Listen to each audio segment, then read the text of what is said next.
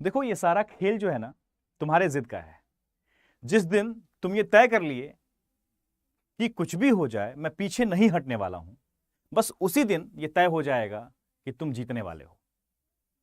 देखो, जब ही कोई किसी किसी भी क्षेत्र में, किसी भी फील्ड में कोई कॉम्पीट कर रहा होता है, मैं यहां पर बातें सिर्फ पढ़ाई की बात नहीं कर रहा हूं कि आप एक विद्यार्थी हैं तो आप पढ़ रहे हैं, आपका एक लक्ष्य है कि आपको एग्जामिनेशन क्वालिफाई करना है, सिर्फ इतनी ही बात नहीं। कोई बिजनेसमैन है, वो अपने बिजनेस को ग्रो कराना चाहता है, उसमें लगातार दिन रात मेहनत किए जा रहा है। कोई एथलीट है जो लगातार परिश्रम कर रहा है, वो दौड़ रहा है, वो सोच रहा है कि मुझे आज 100 मीटर का रेस जीतना है, कल को मुझे कोई और 400 मीटर का रेस जीतना है, मुझे गोल्ड मेडल चाहिए, मुझे जीत कोई माउंट एवरेस्ट, कोई माउंटेनियर है जिसे माउंट एवरेस्ट चढ़ना है। मतलब किसी भी तरह के लक्ष्य के पीछे भागने के समय अगर जिद नहीं हो तो फिर वो इंसान पहुंच ही नहीं सकता। आप जितने भी किसी भी, ऐसे यूपीएससी की बात कर लीजिए, आप यूपीएससी बहुत प्रतिष्ठित परीक्षा हमारे कंट्री की है। आपको पता है ना, उस परीक्षा के लिए मतलब ऐसा कुछ भी नहीं है कि जो 12th में इतने परसेंट लेके आएंगे या फिर ग्रेजुएशन में जो फलाना डिग्री से ग्रेजुएट होंगे वही फॉर्म भर सकते हैं। Any graduate can fill the form of UPSC, because उन्हें पता है कि आप अभी तक जो कर पाए हैं वो तो ठीक है, लेकिन अब से आपकी तैयारी में आप कितने जिद्दी इंसान हैं कि बहुत बड़ा सिलेबस है। उस बड़े सिलेबस को पूरा करने के लिए असल तौर पे चाहिए तो आपका जिद। अगर आप जिद्दी हैं तभी वो कर पाएंगे। ठीक है, एक सिंपल सी बात समझिए, एक छोटा सा एग्जांपल ले रहा हूं। हम बचपन से पढ़ते आ रहे हैं, पढ़ते हुए आ रहे हैं बचपन से, चाहे वो नर्सरी हो, केजी हो, 10th हो, 12th हो, ग्रेजुएशन हो, सब कुछ कर लिया हम लोगों ने। उसका अंतिम जो फल है वो क्या है, मतलब अंतिम चरण क्या है कि आप वहां से एक जॉब हासिल करें। और जब हम असली जगह पहुंचते हैं, मतलब ये ठीक वही वाली बात हो गई कि एक वृक्ष हमने लगाया या किसी इंसान ने लगाया, उस वृक्ष को हमने शुरुआत से पानी दिया, सब कुछ हुआ, पौधा बना, मतलब इन द सेंस एक पौधा लगाया और उसके बाद वो बड़ा होता गया, और जब उसके फल देने का वक्त आया तो उसे हम जड़ से ऐसे निकाल के रख देते हैं। जाहिर सी बात है वो धीरे धीरे सूख जाएगा। इस पूरी बातों से मैं ये कहना चाह रहा हूं कि जब आपका अल्टीमेट टाइम आया है तो अपने आप को रोक कैसे सकते हो। उस वक्त में हमें अधिक से अधिक एनर्जी थ्रो करने की आवश्यकता होगी जब हम अपने असली मुकाम के बहुत करीब हैं। आप जिस दिन ये ठान लेते हैं ना कि आप किसी परीक्षा की तैयारी के पीछे भाग रहे हैं, कोई आपके सामने एक लक्ष्य है, चाहे वो बैंक का एग्जामिनेशन हो, एसएससी का एग्जामिनेशन हो, यूपीएससी का एग्जामिनेशन हो, रेलवे का एग्जामिनेशन हो, या कोई क्लैट का एग्जाम है या कोई कैट का एग्जाम है, किसी भी परीक्षा के पीछे भाग रहे हैं, और मैं सारी बातें एक एवरेज स्टूडेंट के नजर से बात कर रहा हूं। आपके सामने एक सिलेबस होता है, स्टूडेंट पथ भ्रमित हो जाते हैं यार। बहुत क्लियर माइंडसेट चाहिए। आपके सामने सिलेबस है, डिस्ट्रैक्ट नहीं होना है। बस कुछ महीनों के लिए, 6 महीने, 8 महीने, 10 महीने के लिए आपको एक प्रॉपर सीधे रास्ते पे जिद्दी बन के बैठना पड़ेगा। अपनी विफलताओं को नजरअंदाज करना पड़ेगा, क्योंकि जब तक विफलताएं नजरअंदाज नहीं करेंगे आप, तब तक सफल होंगे ही नहीं। एक मुझे याद आ रहा है, एक बहुत अच्छी एथलीट, फुटबॉलर थी एक्चुअली में, वो फुटबॉल प्लेयर थी अपने कंट्री की, अरुणिमा सिन्हा। इनके बारे में आपने न्यूज में सुना होगा, 2011 की घटना है। वो ट्रेवल कर रही थी और उन्हें रॉबर्स ने ट्रेन से धक्का दे दिया, और since he was a footballer, उनके उनके लिए उनके पैर बहुत इंपॉर्टेंट थे। और जब उन्हें धक्का दिया गया तो वो ट्रैक पे गिरी, और ऑफ कोर्स बेहोश या फिर जैसा भी, फिर कई ट्रेनें वहां से गुजरी और उनके पैर जो हैं वो नाकाम हो गए, मतलब उनके पैर काटने पड़े ऑपरेशन के बाद। उसके बाद आप सोचिए कि अगर आपको एक छोटा सा कोई चीज नहीं मिलता है कि सर ये सवाल कैसे होगा, एक छोटा सवाल है, परेशान, एक सवाल समझ नहीं आता है, सर कैसे होगा, सर कैसे होगा, सर कैसे होगा, परेशान हो जाते हैं कि सर अब तो मेरे से होगा ही नहीं, मैं तो नहीं कर पा रहा हूं।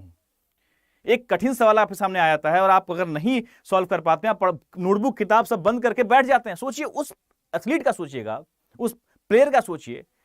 उसके बाद कोई सोच भी सकता है कि वो माउंट एवरेस्ट चढ़ जाएंगी? मतलब कैसे कोई सोच सकता है? मैं तो ये मैं जब उनकी स्टोरी पढ़ रहा हूं मैं दंग हूं। Hats off.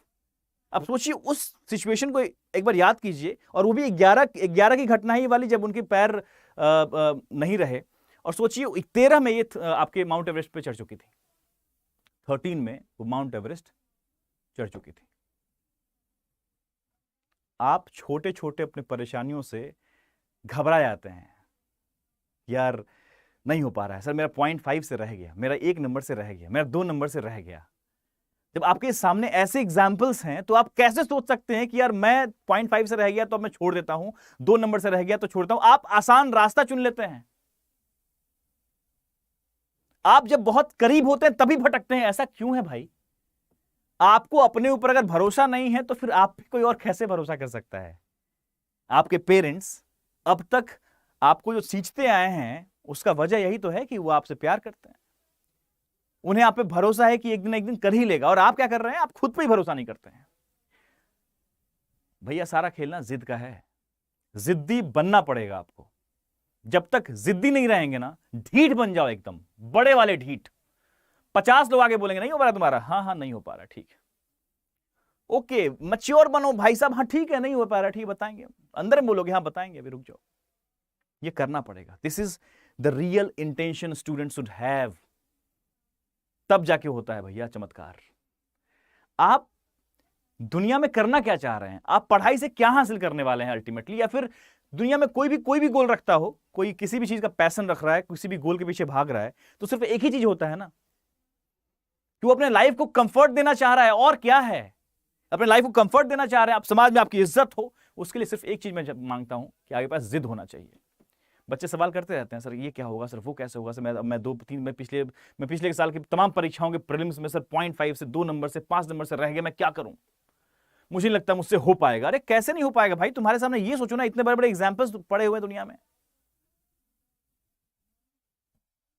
जिस दिन जिद्दी बन गए उस दिन तुम बन गए। इसीलिए हमेशा कहा करता हूं कि जिस ऊर्जा के साथ शुरुआत करते हो ना, बस उस ऊर्जा के साथ समाप्त करने की क्षमता रखो, विजेता तुम हो।